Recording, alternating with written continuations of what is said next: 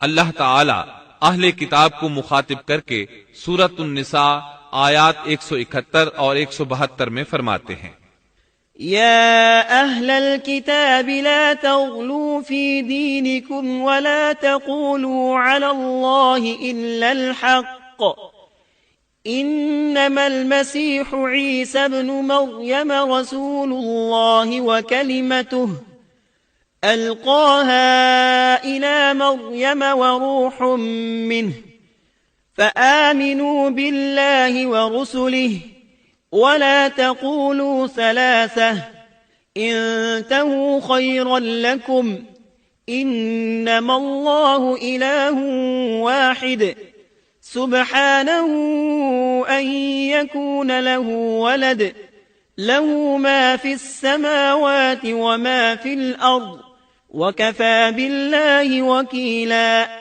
لن يستنكف المسيح أن يكون عبدا لله ولا الملائكة المقربون ومن يستنكف عن عبادته ويستكبر فسيحشرهم إليه جميعا۔ اے اہل کتاب، اپنے دین کے بارے میں حد سے نہ گزر جاؤ اور اللہ پر بجز حق کے اور کچھ نہ کہو۔ مسیح عیسیٰ ابن مریم تو صرف اللہ کے رسول اور اس کے حکم ہیں، جسے اس نے مریم کی طرف ڈال دیا تھا، اور اس کے پاس کی روح ہیں، اس لیے تم اللہ کو اور اس کے سب رسولوں کو مانو اور نہ کہو کہ اللہ تین ہیں، اس سے باز آ جاؤ کہ تمہارے لیے بہتری ہے۔ اللہ عبادت کے لائق تو صرف ایک ہی ہے، اور وہ اس سے پاک ہے کہ اس کی اولاد ہو۔ اسی کے لیے ہے جو کچھ آسمانوں میں ہے اور جو کچھ زمین میں ہے، اور اللہ کافی ہے کام بنانے والا۔ سیدنا عیسیٰ علیہ السلام کو اللہ تعالیٰ نے کتاب انجیل عطا فرمائی تھی۔ یہ کتاب بس تورات ہی کی درست شکل تھی۔ مطلب یہ کہ سیدنا عیسیٰ علیہ السلام کی بنیادی تعلیم اگرچہ تورات کے مطابق تھی، لیکن یہودیوں نے تورات میں رد و بدل کر دیا تھا، اس لیے اللہ تعالیٰ نے سیدنا عیسیٰ علیہ السلام کو انجیل عطا فرمائی۔ سیدنا عیسیٰ علیہ السلام کو نبوت ملی تو آپ نے ان سب کی اصلاح کی کوششیں شروع کی۔ اس وقت کے یہودی بھی 4 طبقات میں بٹ گئے تھے۔ ان کے عقائد وہ نہیں رہے تھے جو موسیٰ علیہ السلام نے انہیں دیے تھے۔ آپ نے ان سب کے عقائد کا جائزہ لیا اور ان کی اصلاح کے لیے اپنی زندگی وقف کر دی، لیکن ان بدبختوں نے آپ کی باتیں ماننے سے یکسر انکار کر دیا۔ نہ صرف یہ کہ تعلیمات کا انکار کیا، بلکہ آپ کے دشمن بھی ہو گئے۔ سیدنا عیسیٰ علیہ السلام پر جو کتاب نازل ہوئی اس کا نام انجیل ہے، لیکن آج عیسائیوں کے ہاں 4 انجیلیں رائج ہیں۔ یہاں سوال یہ پیدا ہوتا ہے کہ موجودہ 4 انجیلیں وہی ہیں یا یہ سیدنا عیسیٰ علیہ السلام کے بعد تصنیف کی گئی ہیں؟ یہ ایک ایسا سوال ہے جو مدت سے سوال ہی چلا آ رہا ہے۔ عیسائی حضرات اس سوال کا جواب دینے سے قاصر ہیں۔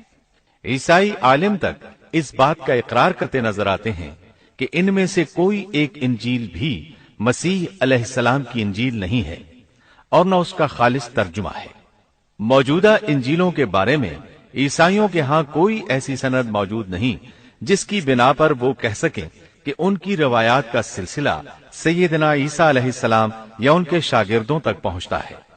خود عیسائیت کی مذہبی تاریخ اس بات کی گواہ ہے کہ پہلی صدی عیسوی سے چوتھی صدی عیسوی کے شروع تک عیسائیوں میں 21 سے زیادہ انجیلیں الہامی یقین کی جاتی تھیں، لیکن 325 عیسوی میں ان میں سے 4 کو منتخب کر کے باقی کو غیر مستند قرار دے دیا گیا۔ 4 انجیلوں کا یہ انتخاب بھی کسی تاریخی یا علمی بنیاد پر نہیں کیا گیا تھا، بلکہ اس کے لیے ایک طرح کی فال نکالی گئی تھی۔ اس فال کو الہامی اشارہ سمجھ لیا گیا تھا۔ ان 4 انجیلوں میں متی کی انجیل سب سے قدیم گنی جاتی ہے۔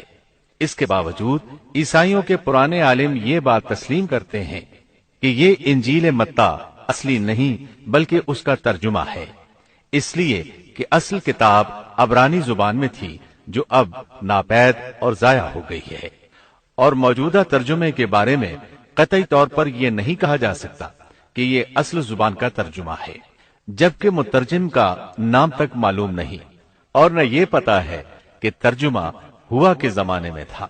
دوسری انجیل مرقس کی انجیل ہے۔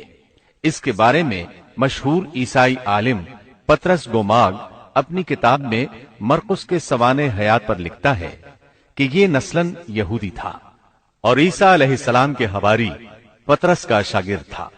جب رومیوں نے عیسائیت اختیار کر لی تو اس نے ان کے مطالبے پر یہ انجیل تصنیف کی۔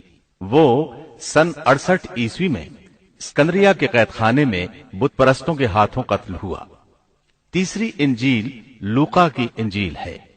عیسائی عالموں میں متی کی انجیل کے بارے میں جتنے اختلافات ہیں ان سے زیادہ لوقائی انجیل میں موجود ہیں۔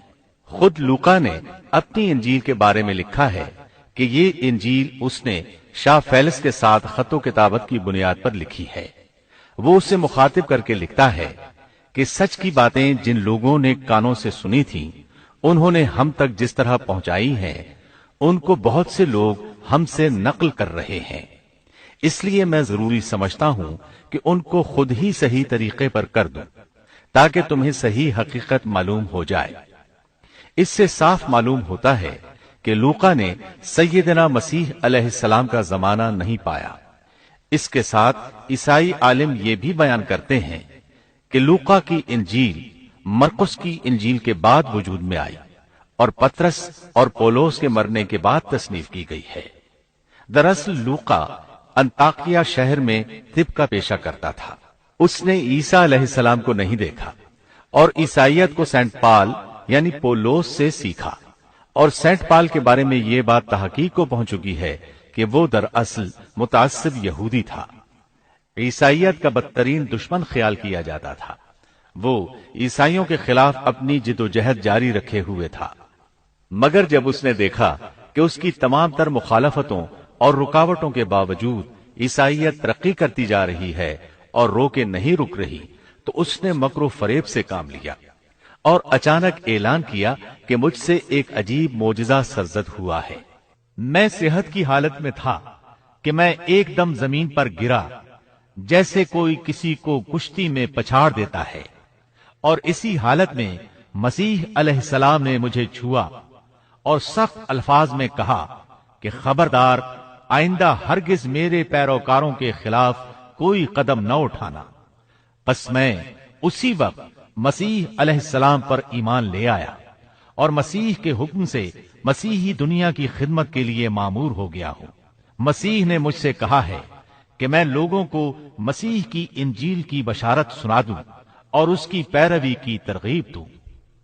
اس طرح اس نے آہستہ آہستہ کلیسا پر ایسا قبضہ کیا کہ دین عیسوی کی اصل صداقتوں کو مٹا کر اسے بدعتوں اور رسومات کا مجموعہ بنا ڈالا اور پوری مسیحیت کو بت پرستی میں تبدیل کر دیا۔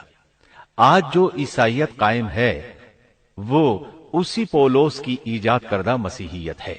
لہذا اس کے بعد کون دعویٰ کر سکتا ہے کہ اس کے شاگرد لوقا کی انجیل الہامی انجیل ہے؟ چوتھی انجیل یوحنا کی انجیل ہے۔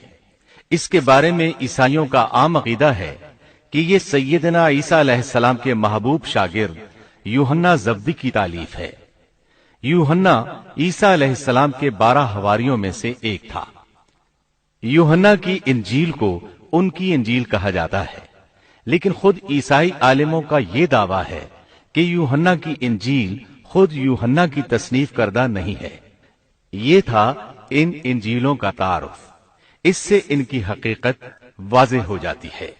عیسیٰ علیہ السلام اللہ کے نبی، رسول اور پیغمبر ہیں۔ ان کے بعد سوائے نبی کریم صلی اللہ علیہ وسلم کے کوئی نبی نہیں آیا۔ نبی کریم صلی اللہ علیہ وسلم افضل النبیین ہیں، افضل المرسلین اور خاتم النبیین ہیں۔ آپ پر اور تمام انبیاء کرام پر اللہ تعالی کی رحمت نازل ہوں، آمین۔ اور اس کے ساتھ ہی عیسیٰ علیہ السلام کا قصہ اپنے اختتام کو پہنچا۔ اس کے بعد آپ سنیں گے نبی آخر الزمان خاتم النبیین صلی اللہ علیہ وسلم کا تذکرہ، جو 8 کیسٹوں پر مشتمل ہے۔ اللہ تعالی ہم سب کا حامی و ناصر ہو، آمین۔